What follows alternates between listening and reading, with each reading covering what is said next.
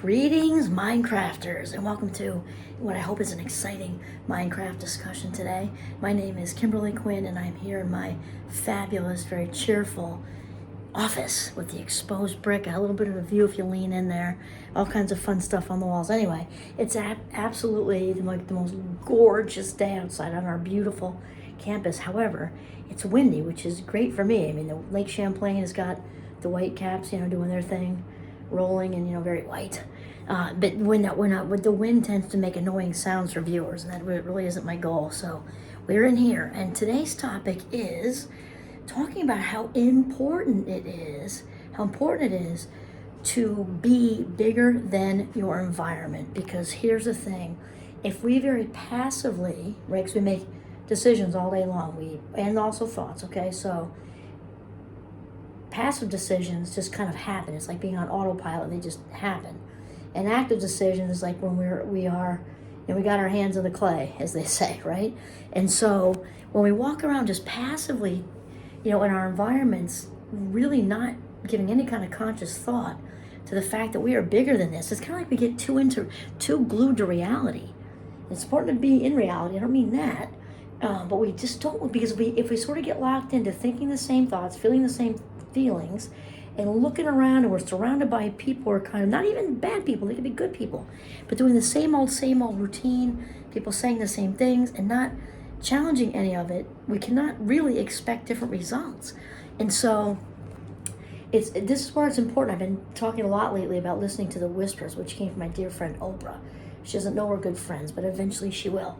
And because that's our inner voice. It's kind of like when we're putting it out there to the universe, or if that for you is God or source or whomever, whatever your heart's desires are, out to the universe. The inner voice, the whispers, are the universe talking back. And the thing is, if we are not paying attention to those, and we're locked into the same things we're looking at every day, all day, every day, we're not much, if anything, is going to change. It just isn't. So it's really important to find quiet space. I actually did this morning. I was in the woods with Giovanni, but also on the way home from Boston yesterday.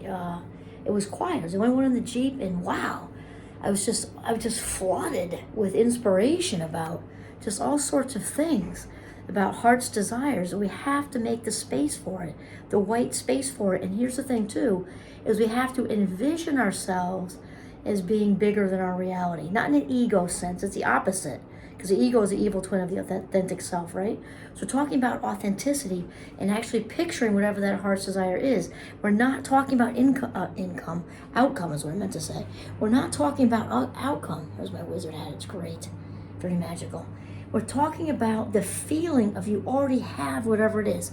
So if it's that awesome partner you'd like to have, or it's that, you want to get a new apartment or house or travel, or maybe move location, or you see yourself in a promotion or an entirely different job.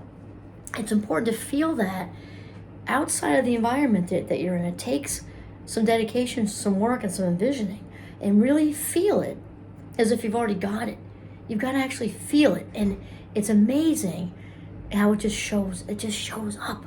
And remember, not the outcome, just the feeling of expansion, really is what I want to say. The feeling of expansion, that anything is possible, and you're paying attention to your feelings, that you feel really, really good. Not really hopeful, because that hopeful has it way out there. Just you're feeling good now. Feeling really good now, outside of all of this. So this is how it happens. So don't get locked into your environment, okay? And if you've got to, how do I want to say this? Wayne Dyer actually says this. You've got it. He was writing a book, and he flipped the script on it. You got to believe it if you're going to see it. You've actually got to believe it if you're going to see it. I know what I was going to say. It just came back to me. So you may be saying, oh, but she's talking about being mindful and being in the moment, and this is being in the future. No, because mindfulness is about conscious choice, consciousness, and attention, attenuating, and intention. So it's about being conscious in this moment now, as if your life on purpose, as if your life depended on it. John Kabat-Zinn says that. So a conscious choice to bring the feeling of our heart's desires into the now, and then to close our eyes if you need to, and expand your spirit right past all of it into a dimension of possibility really is what I'm saying. And it's amazing, just like anything else, how much easier this gets with practice. And then have a window for it, listen when it has a natural closure and then go back to what you're doing. But that is mindful because it's attenuating.